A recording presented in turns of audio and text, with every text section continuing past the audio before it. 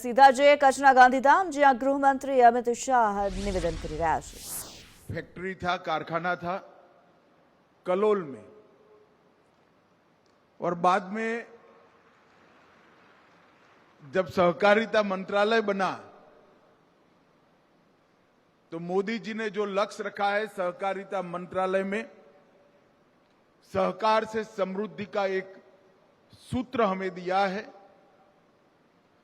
सहकार के माध्यम से देश भर के 15 करोड़ किसानों को समृद्ध बनाना, वो लक्ष्य की पूर्ति के लिए इफ्को को जोड़ना और इसके उपयोग से सहकारिता से समृद्धि के लक्ष्य को सिद्ध करना, इसमें भी इफ्को आज मेरे साथ है। आज मुझे बहुत आनंद है कि डीएपी तरल के संयंत्र का आज अभी अभी आप लोगों की नजर के सामने भूमि पूजन हुआ है, और ये संयंत्र अभी जो 30 लाख टन डीएपी बनाता है उससे भी बड़ा मैन्युफैक्चरिंग, वैकल्पिक मैन्युफैक्चरिंग यहां पर डीएपी का करेगा। मित्रों, आज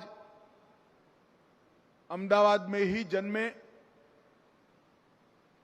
और देश के रॉकेट और आणविक शक्ति के कार्यक्रम को मजबूती देने वाले भारत के महान वैज्ञानिक डॉक्टर विक्रम साराभाई का जन्मदिन है। मैं हृदय से विक्रम भाई को याद कर उनको समृद्धि, श्रद्धांजलि देना चाहता हूं। मित्रों, मैं इफ्को को ये प्लांट लगाने के लिए बहुत बहुत हृदय से अभिनंदन करना चाहता हूं और साधुवाद भी देना चाहता हूं,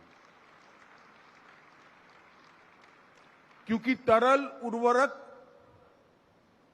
मल्टी डायमेंशनल फायदा देश के अर्थतंत्र और कृषि क्षेत्र को देने वाला है।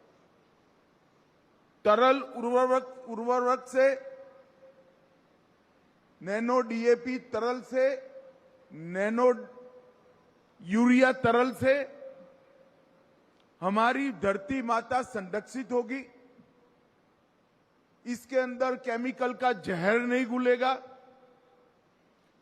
इसकी उर्वरकता बरकरार रहेगी, और आने वाले दिनों में जो किसान धरती की उर्वरकता कम होने का एक बहुत बड़ा चैलेंज फेस कर रहा है, वो चुनौती से उसको मुक्ति मिलेगी। क्योंकि इफ्को नैनो डीएपी तरल वो जमीन के अंदर नहीं जाता है, पौधे के ऊपर ही रहता है, जिससे डीएपी का फायदा तो होता है मगर भूमि संरक्षित रहती है। इससे पानी भी प्रदूषित नहीं होगा, उत्पादन जस का तस नहीं रहेगा बल्कि बढ़ेगा, दाम में किफायती रहेगा, सरकार का सब्सिडी का बोझ कम करेगा, और सबसे बड़ी बात है इंपोर्ट को कम कर भारत को यूरिया और डीएपी के क्षेत्र में आत्मनिर्भर भी बनाएगा। अब भला एक ही काम करने से इतने सारे फायदे हो तो इफ्को को करना चाहिए या नहीं करना चाहिए? और मैं सच अर्थ में मेरा बहुत बहुत प्रसन्नता इस मंच से व्यक्त करना चाहता हूं कि इफ्को ने न केवल दुनिया भर में सबसे प्रथम नैनो फर्टिलाइजर की शुरुआत भारत में करी, और यहां पर फर्टिलाइजर के क्षेत्र में भारत को आत्मनिर्भर बनाने का जो मोदी जी का लक्ष्य है, इसकी बहुत बड़ी मजल ये तरल फर्टिलाइजर के माध्यम से आने वाले दिन में हम काटने वाले हैं। उचित क्वांटिटी में और उचित दाम से जब उर्वरक मिलता है तो निश्चित रूप से किसान की समृद्धि बढ़ती है। और मैं मानता हूं कि इस देश को मोदी जी के नेतृत्व में फिर से एक हरित क्रांति की जरूरत है, मगर ये हरित क्रांति अलग प्रकार की होगी। सिर्फ उत्पादन उसका लक्ष्य नहीं होगा। वो दिन चले गए कि गेहूं और चावल को विदेश से लाकर हमारे लोगों को खाना पड़ता था। आज हमारे वैज्ञानिकों के परिश्रम से, कई सरकारों के लगातार प्रयास से और अंत में 9 साल से मोदी जी के वैज्ञानिक आयोजन से अन्न के क्षेत्र में भारत आत्मनिर्भर बना है।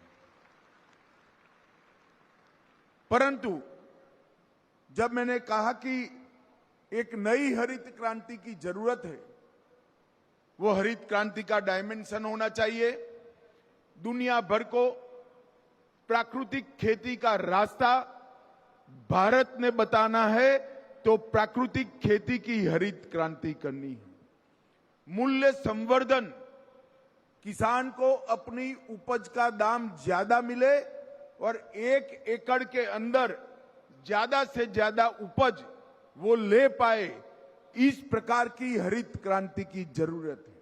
और ऑर्गेनिक प्रोडक्ट जो हमारा किसान, भारत का किसान उत्पाद करेगा, वो ऑर्गेनिक प्रोडक्ट का विश्व भर में बाजार ढूंढकर विश्व भर से संपत्ति भारत में लाने का काम ये हरित क्रांति ने करना है।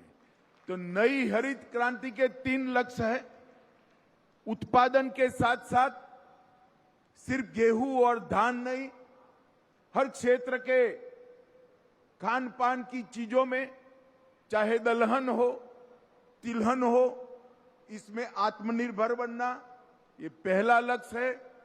दूसरा लक्ष्य है, हमने किसान के 1 एकड़ में उपज को बढ़ाना और प्राकृतिक खेती को बढ़ावा देकर भूमि का संरक्षण करना। और तीसरा लक्ष्य है, प्राकृतिक खेती से उपजे हुए धान, अनाज और अन्य उत्पादों को विश्व के बाजार में एक्सपोर्ट कर किसान के घर तक समृद्धि पहुंचाना। और भारतीय जनता पार्टी की सरकार, नरेंद्र मोदी सरकार, ये तीनों लक्ष्य को समर्पित सरकार।